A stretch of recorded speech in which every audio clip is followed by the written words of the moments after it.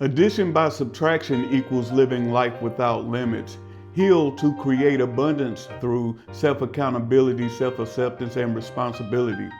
Welcome to Life Without Limits Worldwide. I'm Mario. Today we will be talking about how you cannot love someone out of their misery. What is misery? It's a person that has inner turmoil that they take out on other people without really realizing it. But sometimes people realize it, they just don't care. And that's when you have to take responsibility for yourself and self-accountability to walk away. You have to be able to walk away from any situation and any person and stay away. None of that back and forth, stay away. You also have to understand that love can support healing, but it cannot replace it. Affection, reassurance, and patience can help, but it doesn't fix trauma, depression, addiction, or deep insecurity. That requires personal work, accountability, and often professional help. We all could use therapy, whether you're happy, sad, grateful, ungrateful, we all could use therapy. Do not avoid it. Don't delay. Make an appointment today. You can see a therapist weekly, bi-weekly, monthly, every 6 months, at your choosing. But we all could use therapy.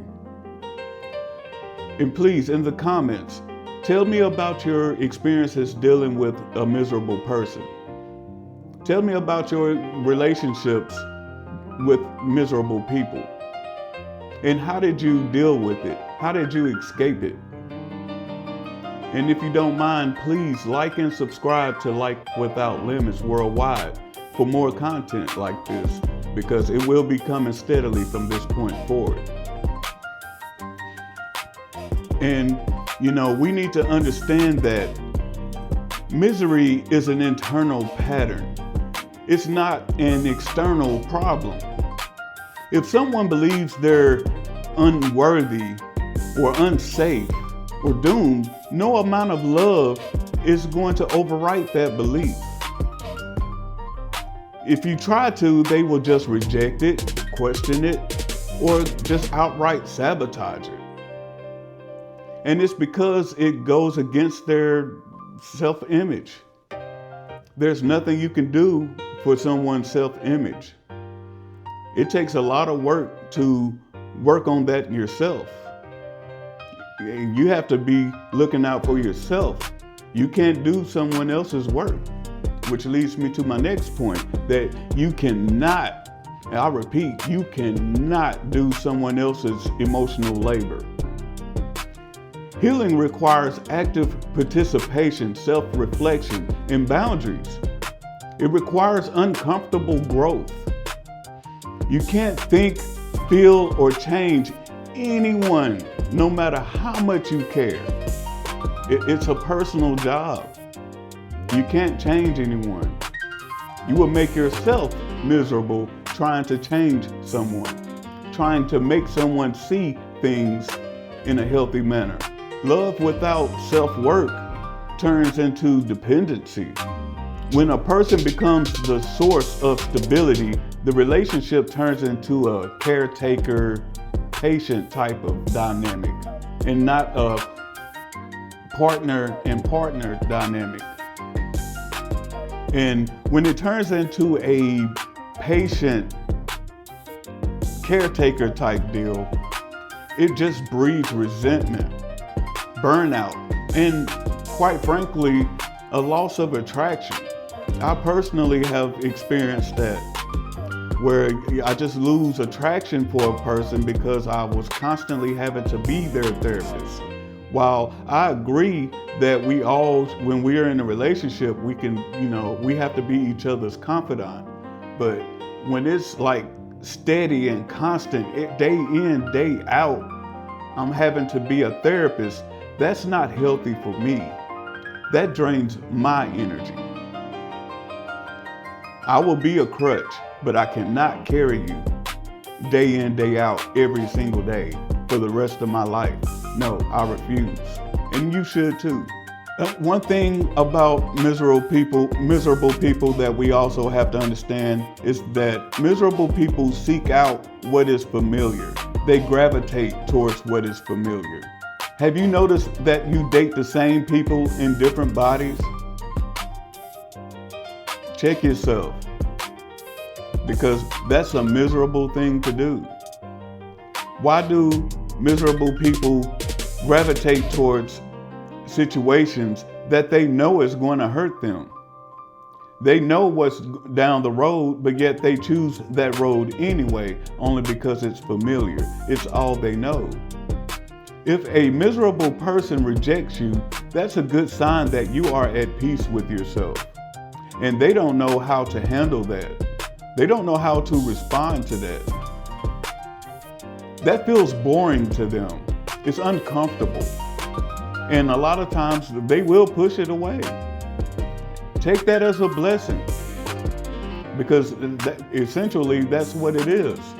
It's a blessing when a miserable person pushes you away, because you risk losing yourself trying to save them anyway. You end up overgiving. It erodes your boundaries. You start shrinking your needs and tolerating dysfunction. You confuse self-sacrifice with love. You should never have to sacrifice yourself for love, for anybody. Miserable people spread their pain like a plague. Avoid them at all costs. Change cannot be gifted, it has to be chosen. Growth only sticks when someone wants it for themselves. Love can inspire it, but it can't force insight or motivation or consistency. And even if you could change it, it wouldn't be appreciated unless they put in the work themselves. Miserable people spread their pain like a plague. Avoid them at all costs. And sometimes misery isn't always sadness. Some people make it their identity. They relate to it.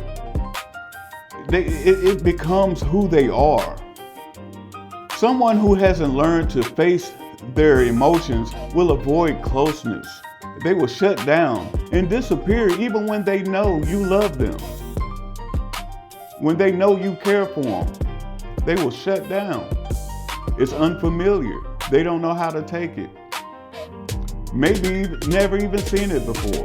Love works best between two people who take responsibility. Healthy relationships are built when both people are accountable for their healing, not when one is trying to pull the other one out of the dark. Don't try to pull anyone out of the dark, because you will end up falling in the pit with them. The hard truth is, love can walk beside someone, but it cannot carry them. And trying to do so doesn't make you a loving person. It actually makes you exhausted. It's exhausting having to carry someone, having to carry the relationship on your own. It's very one-sided, and you deserve better than that. So let's do better and not choose to be in relationships with miserable people.